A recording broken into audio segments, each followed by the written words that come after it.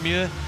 Sonia O'Sullivan holds that record, but it's going to be Faith Kipyegon chasing the world record. Helen Obiri still holds the Kenyan record, but it's Sifan Hassan's mile record that was set here a few years ago in great style, that I think Faith Kipyegon is, well, we know she's got that set in her eyes and is well capable of producing it, given what we've seen from her this year. 3:49, 1,500 meters, 14:5, 5,000 meters, 2 world records.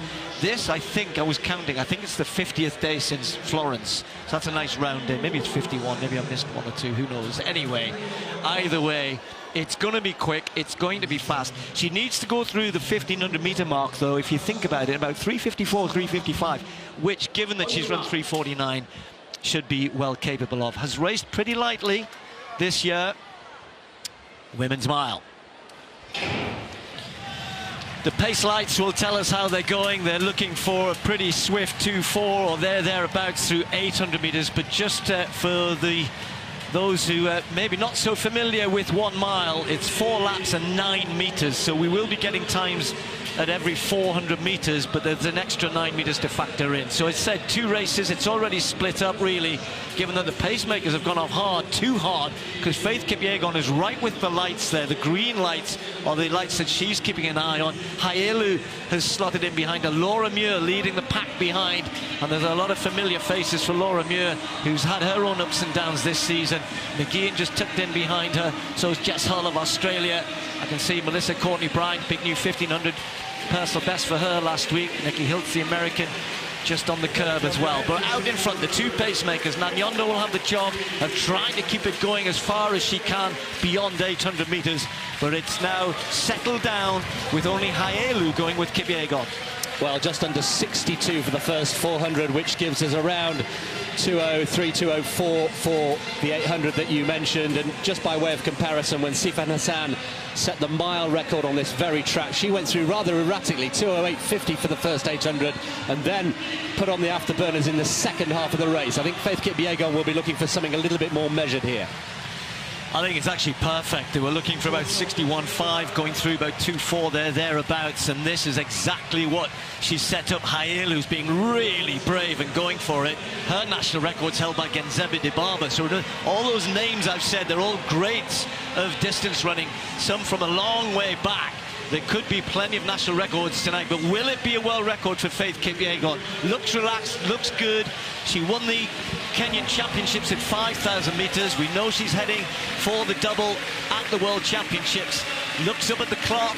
She's still got 2 full laps to go. 1 pacemaker's going to drop out here, but she is spot on, 2:4.1. Brilliant, brilliant timing, and you don't call it by accident. She will have that intuitive feeling in her bones. The 5,000 in Paris was a surprise, and it wouldn't be such a surprise without adding pressure onto her were she to break the mile record. It is relatively more achievable, I think, than what she did in Paris. 4 minutes, 12.33 is what she's after. Haelu now is swimming in her own sea of lactic already. She's still got a long way to go, and the others will start to run her down, but they've got no chance of running down Kipyegon. Nanyondo steps aside, done a good job to get to 1,000 meters thereabouts, but it's now all about the front, Faith Kipyegon, and look how far ahead she is. We saw Sifan Hassan do this 3-4 years ago, but she did most of the damage in the last 500, but now she's way ahead of the light, and it's only the light that she has for company here, and surely she'll be able to produce a big last lap. It's Faith Kipyegon coming towards the bell. She was looking to head to the bell in a roundabout.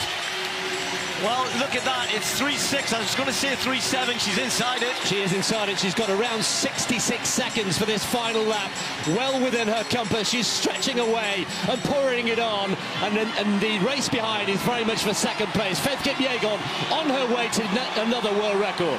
Yeah, just to say that 66 is for a lap at 9 meters, as I mentioned earlier on, so she has to work hard still, but it's well within her grasp here. Faith Kipyegon with just 200 meters left. And now she knows that if she could muster a 32-33, she's going to take at least a second off this world record. She's got to stay strong here, approaching the 1,500 meter mark.